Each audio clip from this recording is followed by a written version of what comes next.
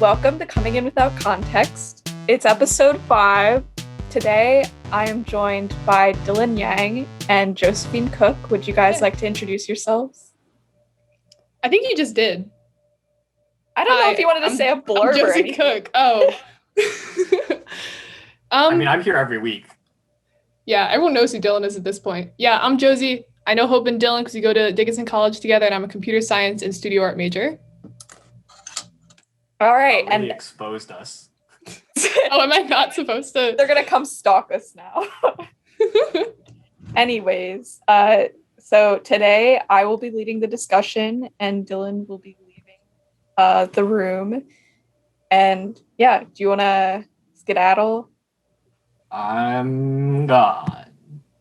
Wait, no, I'm not gone. Wait. Oh. You're going to cut this out? Nope, that's not right. I am now gone. He's still here. Yeah, please go. Okay. There we go. All right. Well, so today I chose to discuss with you, how does technology affect what it means to be human? Oh, interesting. Yeah. So do you have any initial thoughts before I start guiding the conversation in different directions? My initial thought was cyborgs, just because of the combination of technology and whether or not someone is deemed a human. Because I feel like there's a lot of literature about that, of like the combination of like technology and the human experience. Yeah, it's really interesting that you bring up cyborgs. So I feel like there are plenty of people who have like implants or like they have to use like prosthetic, and we still view them as human. So what really I think could affect it is like genetically engineered or altered babies. Oh, interesting. So wholly different direction than cyborgs. Yeah, I mean cyborgs, I feel like at this point most people would still consider cyborgs human. Do you disagree? No, I don't disagree. It's actually something I get really excited about because I think it's really cool that like even someone with like a pacemaker is technically a cyborg, like any sort of, like you said, like prosthetics and that kind of thing. And no one actually like calls them that unless it's in like a joking manner. But it's cool that it's like some sci-fi thing that we've technically achieved. But yeah, the modified babies thing. Have you ever seen the movie Gattaca? I have not. Okay, then I won't talk about it. Okay. I mean, feel free to. I mean, it's just about that concept, basically, and about how there's like different classes of society based on whether or not you were a test tube baby or like a natural birth. Oh, interesting. Are the test tube babies revered or like hated? They're like a higher class of society, so it's easier for them to get jobs and they have access to more things, where mostly because they are more like they're physically superior. Like they don't have any health issues. They're really physically fit, whereas, you know, the regular people have all the complications of being a person, like, you know, genetic disorders and heart conditions and that kind of thing. Yeah, that's really interesting. So would they be more or less human if they were a test tube baby or naturally born? I don't think it calls into question whether or not they're human. I think they are human because, yeah, like what is your real definition of human? Because if we're just going off of like biology and species, like the human species, like Homo sapiens, then they still fall within that. It's when you start like really deviating from, you know, yeah, as I just said, Homo sapiens as a species, then I think no, you wouldn't technically be human because scientifically you wouldn't be. Yeah, and that brings an interesting question with like, have you heard of CRISPR? Yeah. So like as the actual physical DNA of humans is altered for different purposes, does that make them less human because their DNA is less similar to being human than it was? Like is humanity based on the biology or is it based on other factors? Like what makes a person a human being? I would define it by biology. I think there's other ways you can define it that go into like morals and ethics and that whole shebang. But I feel like it's the easiest and most definitive definition to be like, are we still the same species as like whatever this modified person is? If yeah, then I would consider them human. Mm-hmm. So does any sort of like alterations on biology or using genetic engineering, do you think that affects the definition at all? And how does technology affect what it means to be human if it does? I don't know. I feel like, I apologize, Hope. I feel like I have a very like solid and like non-complicated view of this. It's all right. Where it's like, as long as like you're still biologically human, even if your genetics have been altered by technology or like a test tube baby, then yeah, I would still consider that person human. It's when you get into like, I don't know, if we're thinking like super sci-fi, like splicing human DNA with like the DNA of like other animals and that kind of thing, then like no, you wouldn't be human because you're not like part of the species anymore. But I feel like that's very black and white. Yeah. So, in other ways of how technology might affect what it means to be human, when it comes to like artificial intelligence, can a machine ever be considered human? I know you said your definition is based on biology. So, do you think there's any way it could be based on something? I like that you brought this up because it does make me question my definition. I don't know. I think true artificial intelligence that is so advanced that it would actually call into question whether or not it could be considered human is so far away. Like artificial intelligence has come such a long way. Like it's actually incredible what it can do now. But yeah, it really does. Yeah, based on my other definition, I like in theory would say like absolutely not. However, for the sake of this argument, I guess we do have to discuss like the morals and ethics behind like being human. Yeah. And could you ever even program morals and ethics and have it beyond just code within artificial intelligence? Exactly. Yeah, it's tough because we're not like really at that point yet. It's the whole thing like that that moral question that's always brought up, like the trolley problem, where it's like that's, it's used as sort of like, oh, can we program like artificial intelligence to make this kind of decision where there's no real right answer? Yeah. And like, a lot of morals and ethics that I think someone coming at this from a more philosophical standpoint would use to define becoming human are very subjective. So like the kind of stands that an AI would take on really complex issues would depend almost entirely on the stances of the person that created the AI. And so this is just my own, not, you probably have more background and knowledge about this than I do, but could like AI, could it be considered more human if it somewhat rejects the ideas it was programmed? Like if it was programmed to always save the largest amount of people, but instead it saves the person who created it, and in doing so, like hurts more people. Is that it finally making its own choices because it's rejecting its code, or is in that way it's doing something that's morally wrong? I think that would be incredible. Not like the killing more people part. But like let's imagine that it wasn't that kind of scenario, but like Yeah. Like the kind of scenario where a machine is able to reject its own programming and make decisions on its own, not based on how it was hard coded by the person that created it. I think that is an absolute stepping like monumental achievement for AI. Yeah, and I don't know. Sorry. I only brought this up because the trolley problem, part of what's so complicated about it is, do you save more people if your own family members are the people being hurt? But with AI, I feel like they don't have that sort of same preconceived notion. Like we expect a lot of like technology to not put emotions into the equation. And so I feel like the trolley problem probably wouldn't be as complex a problem for a robot as it would for a human being. Yeah, it wouldn't be, because the robot, when you program in those morals and ethics, I think a lot of like a person's ideas are very flux all the time.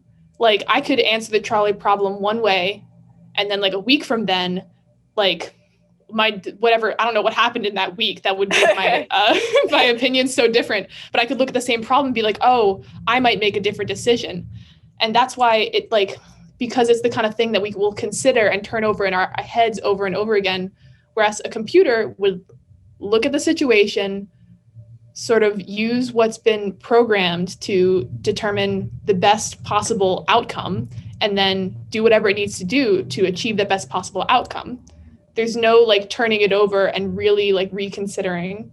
It's a really complex thing that I don't know if it's been achieved yet. I also will say, so I know a little bit about this, but a lot of my talking about it might be outdated. I might be saying some things that we've already achieved, but I'm just not aware of. And I kind of want to turn back to your point where they'll just not go off, but they'll use what they were programmed to do and just move forward from that. So is part of like computers' efficiency and just relying on its code and moving forward what makes it less human when we'd spend a lot more time thinking and delving into it? Your overarching question of does it make it more human makes this so much more difficult. Because like I don't know that. Can you repeat the question honestly? So it's really, yeah. In a computer's like efficiency in that it'll go revert back to its code and make a decision and move forward, whereas we'll spend a lot of time thinking and pondering before we make a decision. Is that efficiency at the cost of it becoming more human-like? Right. Yeah, I don't. It's at okay. The term human-like really makes this more. It really makes this simpler because yeah, efficiency would make something. It would become much more difficult to call it human-like because humans and our decision making is inherently inefficient. Yeah. In a lot of cases, even on very small scales. Like imagine, I don't know, like waiting in line at a restaurant to order. And like you know what you want, but you're staring at the menu and you keep going back and forth on your decision. Whereas, like in theory, a computer would weigh all the options and then choose something, and it wouldn't go back over it and it wouldn't reconsider that decision. I think that's part of the core where a person can make a decision and then think about it again and remake the decision based on like their new considerations. And it's not something that would be impossible to code into a machine because machines can learn. It's something that we figured out a while ago, actually. So in theory, a computer could make a decision, do something, and then, you plug some more resources into it, you teach it some more stuff, and it would go back and it would do it differently. But I don't think it's in the same way that a person in that immediate situation can make a decision and then given like a little bit more time to think about it would change their mind. Because that computer has the efficiency of weighing every single possible option and then making the decision, and not like if asked immediately after to think it over again, it would make the exact same decision because it doesn't have any more options to weigh. There's not anything that like, oh, I didn't think of that. Yeah. Yeah, because obviously we programmed computers initially to solve problems more efficiently than a human could. They can process way more data than we can in the same amount of time. And so in doing so, I feel like it makes them harder. And I mean, in some ways, way less flawed. Like, is being human being flawed, you know? We're getting into some tricky territory. Is being human being flawed? I think it depends. Because I think I'm waiting for Dylan to come back because he's the philosophy guy. I tried to do a mix of technology and philosophy. This is a great question for it, actually. I don't know if I would define being human as being inherently flawed. Because, yeah, if we're going back to my original definition, that is very objective. It's very based on genetics. It's tough, like human morals being inherently flawed. I don't think they're inherently flawed, but I think they're inherently susceptible to flaws. Yeah. And I mean, even within this, humans are biased, but so is AI most times because it is programmed by humans. So in that sort of way, I think most human decisions are flawed because of their biases. But I mean, computers are just as liable to that as human bias affecting computers is such a big issue. Like there was a whole thing where I think it was some search engine or search function that was racist. Like it was recommending specific results to people of color. Just because of those inherent biases in the programmer. And it's a huge issue that, computer science and computer science research is currently dealing with, is like how to eliminate those biases. And obviously, like racism is, in my opinion, a very straightforward issue. Don't be racist. It's just, Yeah. But there are less straightforward issues that it's hard to determine, okay, so this is, we're coming back to the trolley problem, where the opinion and the choice of the programmer affects what choice the computer would make in a very gray issue when it's not black and white. And I guess kind of to bring us back outside of artificial intelligence and anything like that, how does technology affect human beings? How does it impact us cognitively? And I mean, you were just mentioning that search engines could be racist. Can search engines being racist make people more racist? I mean, is it like a feedback loop? Absolutely. It's a problem. And it's why a lot of people are flocking towards third-party search engines and things like DuckDuckGo that are advertised as being less likely to suggest you things based on sponsors and advertisers and algorithms, because people understand that they are very affected by what we are shown online because of the amount of time we spend online. Yeah. So yeah, the feedback loop is a great way to describe it. Yeah.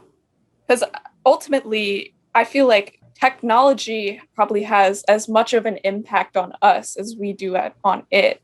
And so if we're reflecting on how technology affects what it means to be human, I mean, we don't even have to shift to sci-fi and look forward to cyborgs and genetic engineering. It's already affecting us. And so I do also want to bring up, when we were talking about cyborgs earlier on, I forget where I saw this. It might have just been a post online or an article, but someone was making the argument that all humans are already cyborgs because of how reliant we are on our phones. Which is, on one hand, I kind of roll my eyes because it does kind of feel a little bit older generation criticizing how dependent younger people are on our phones. But I do think it has a little bit of merit in that we can survive without our phones, obviously, but it's sort of it harkens to if in a sci-fi movie where someone has an implant in their eye and they can bring up information or directions or targets. It's the same way that we have our phones, where we can pull out our phones and we can look something up or communicate with each other. It's just because it's not attached to our body. We have it on us so often that I do think it's an interesting perspective to be oh yeah, we already are cyborgs because of our phones and how we have them on us all the time. What do you think, Dylan? I was just thinking about Google Glasses. If you guys remember that? Yeah. Did you ever meet someone who had Google Glasses? No, of course not. They only sent out prototypes for Google employees, but that was a complete and utter failure. Although very cool in concept. Imagine having it's called a HUD, where on your in your eyes, where you can see maybe your temperature and your health, your health, not a health bar, but the status of your body, and also when you last drank water or how many steps you've taken today. There's a lot of that. Yeah. And you were saying, Josie, with having our phones, having electronic watches, right? Yeah, Apple Watch, absolutely. Watch, yeah, or even just a Fitbit, right? It tells you information about what you've done with your day that you don't even know on your own, right? Yeah, that's a better example of something that already makes us cyborgs, like a Fitbit or an Apple Watch, because it's literally keyed into some of your biological functions. That's really cool to consider. Oh, does that make us cyborgs if we're wearing a Fitbit? Just because it's not permanently attached to our bodies. I don't think that really matters in a way of no, it wouldn't make you a cyborg just because of this. I want to bring up something about Google Glass now that you brought it up. I forget what it is though. Yeah, and I mean, going outside of cyborgs, I mean, how does technology kind of impact how society is structured outside of how it affects human biology and things like that? I think that was kind of two different questions, society and biology. Can you reword the question a little bit? So I was just curious about how does technology impact things which inherently are human creations but aren't necessarily human beings themselves, society? How does it it impact the structure of society? How does it impact schooling? How does it impact all these things that feed into how we develop? Mm-hmm. I think it's so broad because it affects so many things. It's hard to really zero in on like, oh, here's how technology affects society, because it's literally our society is based on technology at this point. Mm-hmm. Like if all tech shut down, so would everything else. Yeah. There's a really cool thing that's going to happen in like 2030 something. I forget what it's called, but a lot of tech runs off of Unix time, which is basically it counts the number of seconds from, I think it's January 1st, 1969. And, most computers have ways to interpret that. So they'll look at the number of seconds and be like, okay, the date is this day, the time is this time. But there is a limit to the size of a number that a computer can store in binary, like ones and zeros. Mm-hmm. Like it can't just go on for forever. So we are actually rather quickly approaching the day when Unix time and that counter of seconds is going to exceed that highest possible number that can be expressed in binary.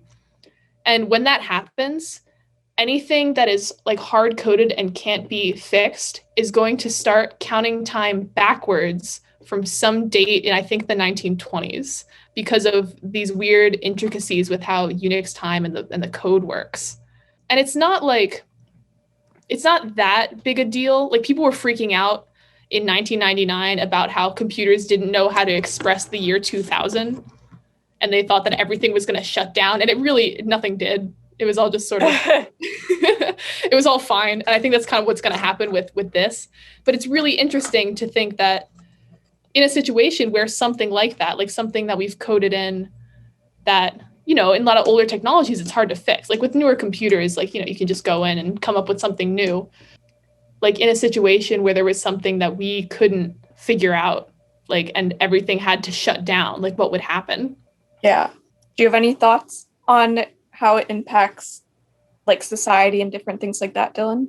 Yeah, well, speaking to what Josie's talking about with the older technology that we can't really update, I think as we currently stand, since everything is really spawns from our intelligence, so to speak, it's not really an issue if some things go out of date or some things stop functioning, right? Because we can either update it, replace it, we have the ability to fill that gap should it ever arise. But for Hope's original question, I thought she was definitely leading us towards like AI and job automation. There's a huge conversation, you see all the opinion articles that are like, oh shoot, we're going to lose all our jobs. It's going to be a huge issue. Everyone's going to be unemployed. But really, I don't think it's that as big a deal as people might think, because once we actually successfully, I guess, upgrade AI to the point where no one needs to work anymore, that's like one step towards a utopia, right? It's one step towards like a utopia, but it's also a step towards like the WALL-E future. Yes. That's continuing that. So right now, if we have control and everything is regulated by humans, like in terms of like programming and our technology, once we develop sufficient enough AI, it's gonna go beyond human capability. So like if something goes wrong, there's no way we'd be able to fix it. Like the AI would have to fix itself. And if the AI is fixing itself, then you get to the dystopias where humans get eradicated. So like a Matrix future. Yeah, something. It's like the third movie I've referenced in this podcast episode. But so what you're saying is like, so we build AI and then the AI starts building AI. So we don't even understand the new AI.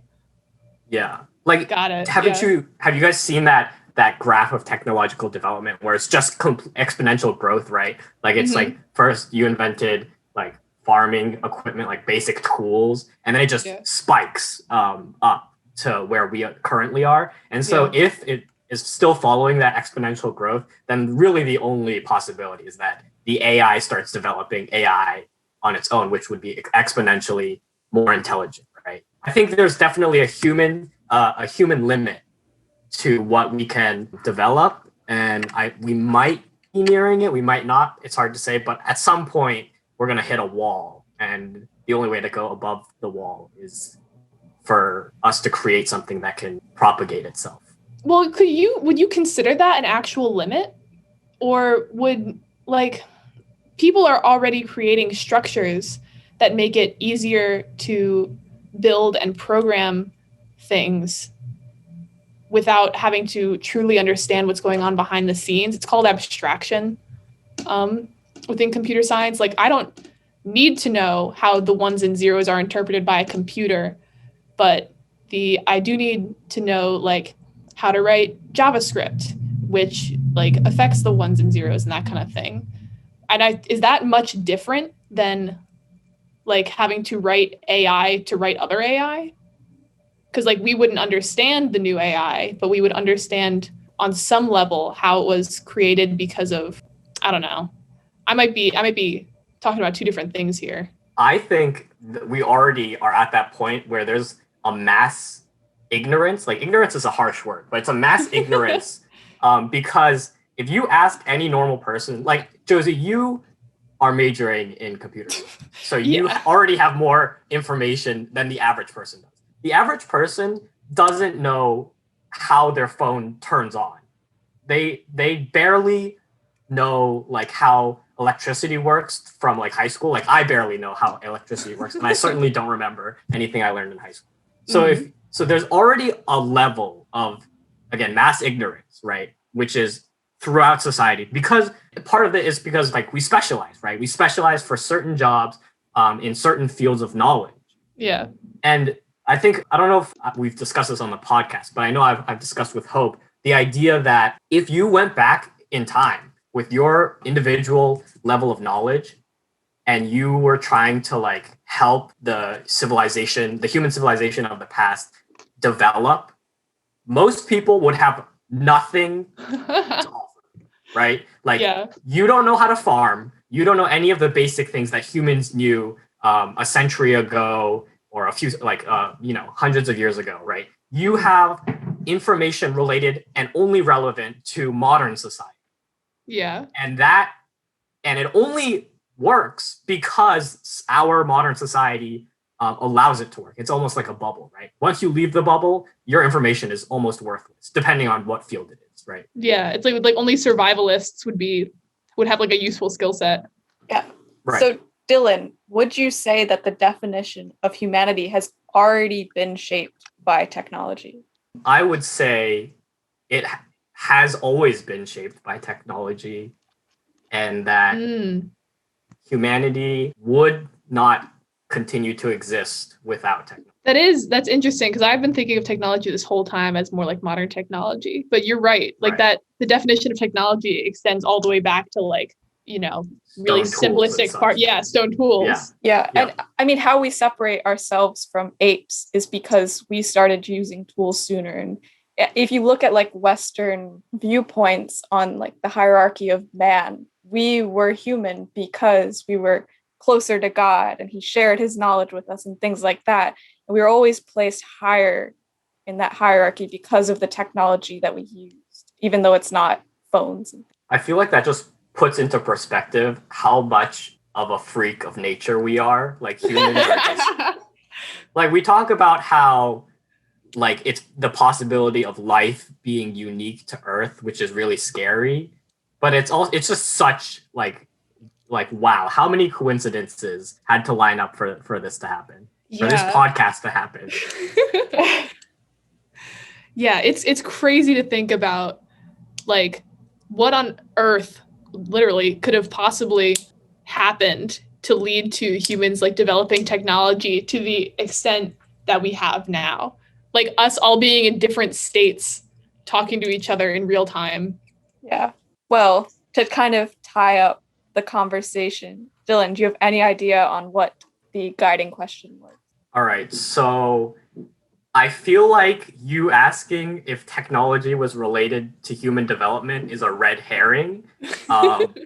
So I'm not going to guess that. And instead, I'm going to purposely guess something outlandish. And I'm going to say the discussion topic is about military technology and drones. Unfortunately, it was the opposite of a red herring. It was how does technology affect what it means to be human? I was close. Yeah, sure. Well, I thought you were gonna take it more in like a international relations route again, like similar to episode 2, where we were gonna discuss like cyborgs and like military technology enhancements. Thank you, Josie, for talking about cyborgs. We tricked him. I kept trying to bring the conversation back to cyborgs. Yeah, I could tell. Thank you. Yeah, it was a good. I had a fun discussion about this. Do we need to do some sort of transition into the outro, or is it just going to like break really jarringly from us discussing to saying bye? I'll just use what Josie just said as the transition. Well, a smile crept across my face. Goodbye. Goodbye.